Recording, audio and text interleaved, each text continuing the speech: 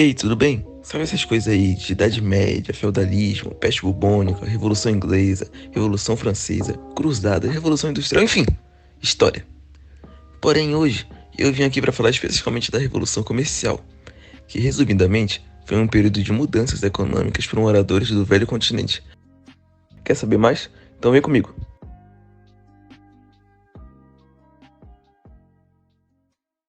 Para explicar sobre a Revolução Comercial e o capitalismo, primeiro precisamos falar sobre o sistema econômico anterior, que é o feudal.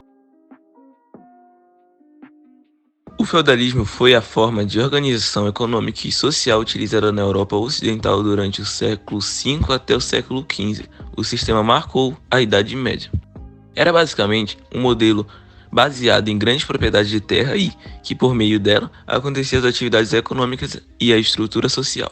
Sua base era camponeses e servos, que era a rapaziada que trabalhava. Os nobres, além da função militar, era também da alta nobreza, que eram escolhidos os principais membros da corte e os detentores dos principais cargos administrativos. Clero, os que oram, basicamente os padres, bispos, cardeais, enfim, a igreja. Nessa divisão também existia o baixo clero, médio clero, alto clero e o rei, como também existia a baixa nobreza, média nobreza e a alta nobreza. É como se fosse uma subcategoria dentro da categoria. Tá bom, já falei o que é o feudalismo, mas ainda não falei a sua origem. A origem do feudalismo está ligada diretamente na crise que provocou a queda do Império Romano lá no século III, por conta das crises econômicas que foi provocada pela falta de escravos e das invasões germânicas. Por conta disso, os romanos abandonaram as cidades e migraram para o campo com o objetivo de encontrar proteção e trabalho.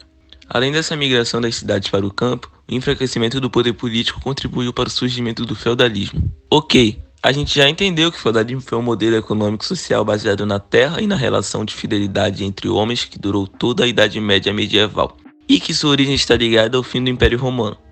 Mas como ele chegou ao fim e como isso afeta o Grêmio, a Europa? A crise do feudalismo começou a surgir a partir do século XII, quando mudanças na sociedade europeia colocaram em xeque as estruturas do feudalismo. O crescimento demográfico, a Revolução Burguesa, peste bubônica, Revolução Camponesa, as Cruzadas, Renascimento foram alguns dos motivos pelo fim do feudalismo. Mas eu não vou poder estender demais, senão esse vídeo vai ficar gigante, sem nem termos chegando no assunto principal, que é a Revolução Comercial. A Revolução Comercial foi fruto dos novos tempos vividos na Europa, como resultado da transição do período medieval para o moderno, da expansão ultramarina e do mercantilismo. Toda a nova realidade que a Europa passou a viver a partir do século XV gerou grandes alterações nas relações econômicas.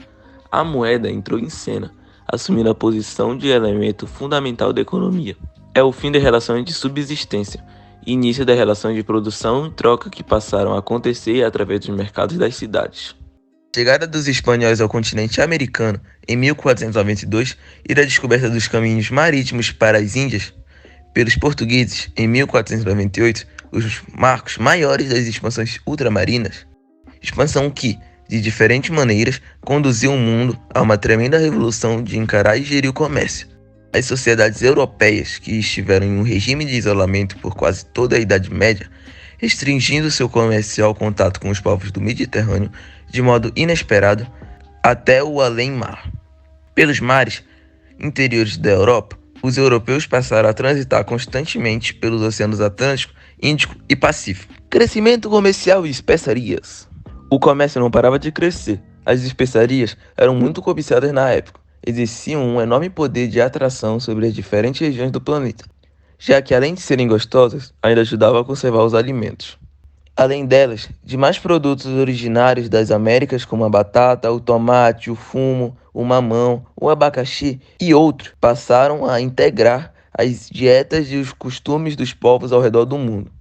Vale destacar que os alimentos não foram apenas plantados nas colônias e comercializados pelo mundo, mas também foram transferidos para outras regiões que desconheciam a plantação deste ou daquele gênero alimentício. Foi assim que o cacau e o milho, dois produtos típicos dos continentes americanos, adaptaram-se muito bem aos territórios africanos. Do mesmo modo, a cana-de-açúcar, originária da Ásia, espalhou-se pelas regiões do Caribe e da América do Sul. Por fim, não podemos deixar de lado o café, oriundo da Etiópia e cultivado tanto nos continentes europeus quanto nos americanos. Além de ideias e hábitos alimentares, os europeus espalharam pelo mundo uma série de animais e objetos. No Japão e na América, onde só existiam esquinos de pequeno porte, foram introduzidos os cavalos. O relógio e as armas de fogo, desconhecido pelos japoneses até então, também passaram a circular pelo território nipônico. Portanto, o mundo conheceu, graças ao estabelecimento dessas rotas comerciais, um conjunto bastante retórico de transformações culturais e sociais que foram denominadas de Revolução Comercial. Dentre de muitas especiarias, a que mais recebia destaque era a pimenta da Índia, famosa por suas propriedades digestivas. Mas outras também que eram bastante populares são canela, noz moscada, cravo, açafrão, gengibre, anis e semente de papoula. Todas as especiarias atraíam a atenção dos europeus. Então podemos afirmar que um dos principais fatores para a expansão do comércio se deve muito ao fato das especiarias adquiridas ao redor do mundo. Ao longo da história, é bastante comum encontrar práticas econômicas que, mesmo não sendo constituídas na forma de uma doutrina, possuíam certa homogeneidade prática. É precisamente o caso do mercantilismo, ou capitalismo comercial. O nome dado a um conjunto de princípios que, sem terem sido refletidos e elaborados por uma escola de economistas, foram adotados pelos governantes como base para a expansão do comércio no decorrer do século XVI. Esses princípios, devido à falta de sistematicidade, variavam de uma nação para outra. No entanto, é possível identificar princípios mercantilistas comuns a todos. Metalismo. Quanto maior o montante de moedas e de ouro e prata acumulado, mais próspera será a nação. Balança comercial favorável. Os governos apostavam na ideia de que o dinheiro ganho com as exportações deveriam superar os gastos com as importações. Sabendo que transações eram feitas com moedas de ouro e prata, é fácil perceber que, quanto mais favorável a balança comercial, mais rico o Estado. Política protecionista. A fim de tornar a balança comercial favorável, os governantes cobravam altas taxas alfandegárias sobre as mercadorias estrangeiras, com a intenção de encarecê-las, obrigando o consumidor a comprar os artigos fabricados no próprio país. Pacto colonial. Resta pouca dúvida sobre o fato de que o mercantilismo não teria funcionado sem as políticas coloniais em vigor, ou seja, sem um pacto colonial. Potências europeias tinham conquistado, desde o início do século XVI, diversos territórios na África, na Ásia e nas Américas, que se tornou possível a prática mercantil.